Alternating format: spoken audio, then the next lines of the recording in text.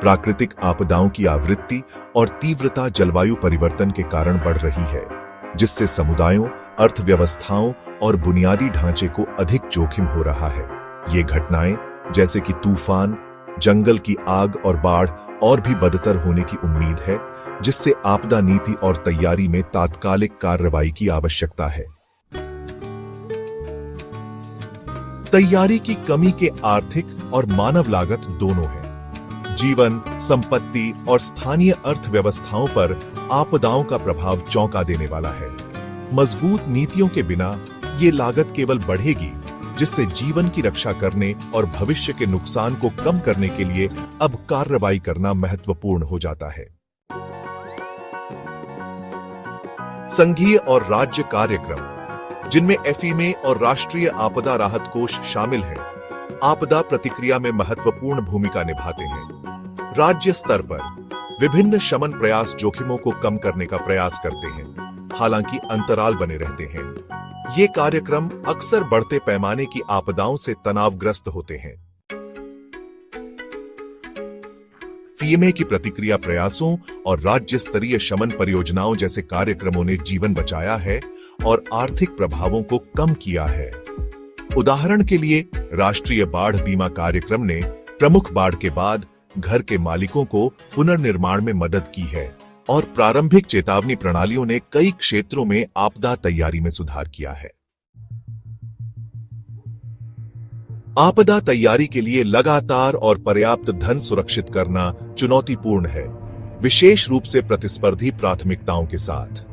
नीति निर्माताओं को दीर्घकालिक लचीलापन निर्माण को प्राथमिकता देनी चाहिए और यह सुनिश्चित करना चाहिए कि संसाधन सबसे अधिक आवश्यकता के समय उपलब्ध हो। प्रभावी आपदा प्रतिक्रिया के लिए संघीय, राज्य और स्थानीय एजेंसियों के बीच निर्बाध समन्वय की आवश्यकता होती है। सार्वजनिक निजी साझेदारियां संसाधन साझा करने को बढ़ा सकती हैं, जबकि बेहतर संचार प्रणालियां त्वरित प्रतिक्रियाएं और अधिक प्रभावी पुनर्प्राप्ति प्रयास सुनिश्चित करेंगी। समुदायों को आपदा जोखिमों को संभालने के लिए शिक्षा और प्रशिक्षण के माध्यम से सशक्त बनाया जाना चाहिए। स्थानीय संगठन और नेता शमन प्रयासों को चलाने में महत्वपूर्ण हैं और सामुदायिक आधारित रणनीतियां भेद्यता को कम करने में महत्वपूर्ण भूमिका निभा सकती है। लचीला बुनियादी ढांचा, जिसमें बाढ़ नियंत्रण, प्रारंभिक चेतावनी प्रणाली और स्थायी निर्माण कोड शामिल है, आवश्यक है। ये निवेश समुदायों को आपदाओं का बेहतर सामना करने और तेजी से पुनर्प्राप्त करने में मदद करेंगे। सस्ती और सुलभ बीमा घर के मालिकों और व्यवसायों के लिए एक महत्वपूर्ण सुरक्षा जाल प्रदान कर सकता है, जिससे उन्हें आपदाओं के कारण वित्तीय नुकसान से उभरने में मदद मिलती है। बीमा कवरेज का विस्तार जोखिम में कमी के उपायों को भी प्रोत्साहित कर सकता है। जलवायु परिवर्तन अनुकूलन को आपदा नीति में एकीकृत किया जाना चाहिए।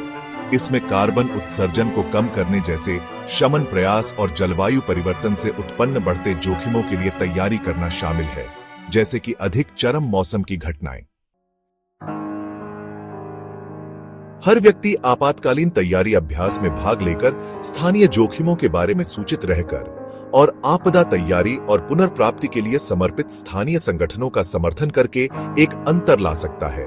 मजबूत आपदा नीतियों के लिए जागरूकता बढ़ाना और वकालत करना आवश्यक है। निर्वाचित अधिकारियों के साथ जुड़ना, जलवायु सचेत उम्मीदवारों के लिए मतदान करना और प्रासंगिक संगठनों का समर्थन करना सार्थक नीति परिवर्तनों को चला सकता है।